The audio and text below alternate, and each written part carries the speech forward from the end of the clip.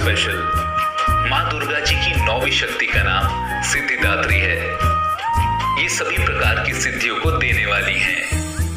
नवरात्रि पूजन के 9वें दिन इन्हीं की उपासना की जाती है।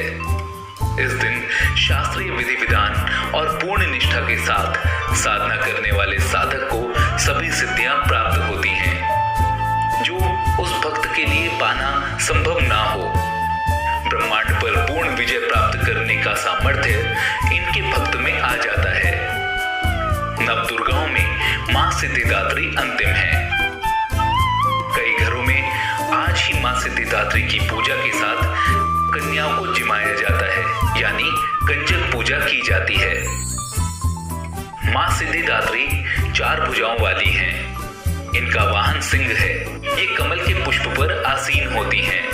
मार्कंडे पुराण के अनुसार 8 सिद्धियां अणिमा, महिमा, गरिमा, लघिमा, प्राप्ति, प्राकाम्य, ईशित्व और वशित्व, और ब्रह्मवैवर्त पुराण के अनुसार 18 सिद्धियां अणिमा, लघिमा, प्राप्ति, प्राकाम्य, महिमा, ईशित्व, वाशित्व, सर्व काम वासायिता, सर्वज्ञत्व, दूर श्रवण, पर काय प्रवेशन, वाक सिद्धि, कल्प वृक्षत्व, सृष्टि, संहार करण सामर्थ्य, अमृतत्व, सर्व न्यायकत्व, भावना सिद्धि।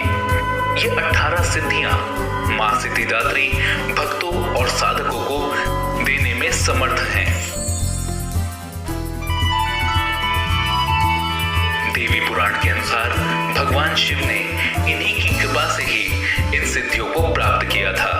इनकी अनुकंपा से ही भगवान शिव का आधा शरीर देवी का हुआ था और वे लोक में अर्धनारीश्वर नाम से प्रसिद्ध हुए थे। मां सिद्धिदात्री की कृपा प्राप्त करने का हर भक्त को निरंतर प्रयत्न करना चाहिए। मां सिद्धिदात्री की आराधना से ही उनका भक्त अनंत दुख रूप संसार को पार करके मोक्ष प्राप्त कर सकता है। सिद्धिदात्री मां की कृपा पात्र भक्त के भीतर कोई ऐसी कामना शेष बचती ही नहीं जिसे वो पूर्ण करना चाहे। वो सभी सांसारिक इच्छाओं और आवश्यकताओं से ऊपर उठकर मानसिक रूप से मां भगवती के दिव्य लोकों में विचरण करता हुआ उनके कृपा रस पीयूष का निरंतर पान करता हुआ विशेष भोग शून्य हो जाता है।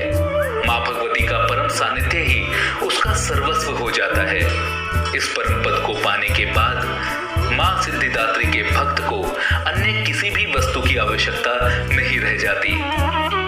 मां भगवती का स्मरण, ध्यान और पूजन हमें इस संसार की असारता का बोध कराते हुए वास्तविक परम शांतिदायक अमृत पद की ओर ले जाने वाला है। आज के युग में इतना कठिन तप जो कोई भी करता है वो मां की कृपा का पात्र बनता है। मां दुर्गा के अन्य 8 स्वरूपों की पूजा करते हुए जब उपासक शास्त्रीय विधि विधान के अनुसार 9वें दिन इनकी उपासना में प्रवृत्त होते हैं, तब उनके लिए सभी प्रकार की सिद्धियों का मार्ग स्वयं खुलने लगता है। मां सिद्धिदात्री की उपासना पूर्ण कर लेने के बाद भक्तों और साधकों की लौकिक और पारलौकिक सभी प्रकार की कामनाओं की पूर्ति हो जाती है। मां सिद्धिदात्री को केतु ग्रह की स्वामिनी माना गया है। इसीलिए कहते हैं कि मां सिद्धिदात्री की पूजा अर्चना करने से जन्म कुंडली में केतु का दोष समाप्त हो जाता है। मां सिद्धिदात्री की उपासना का मंत्र कुछ इस प्रकार है। सिद्ध गंधर्व यक्षा द्वैर सुरैरमरैरपि सेव्यमाना सदा भूयात् सिद्धिदा सिद्धिदायिनी। मां सिद्धिदात्री के आशीर्वाद से श्रद्धालु का कोई भी कार्य असंभव नहीं रह जाता और उसे हर तरह के सुख की प्राप्ति होती है। इस दिन पर्पल यानी बैंगनी रंग के कपड़े पहनने चाहिए, क्योंकि ये रंग लक्ष्य, ऊर्जा, महत्वाकांक्षा और दृढ़ संकल्प का प्रतिनिधित्व करता है।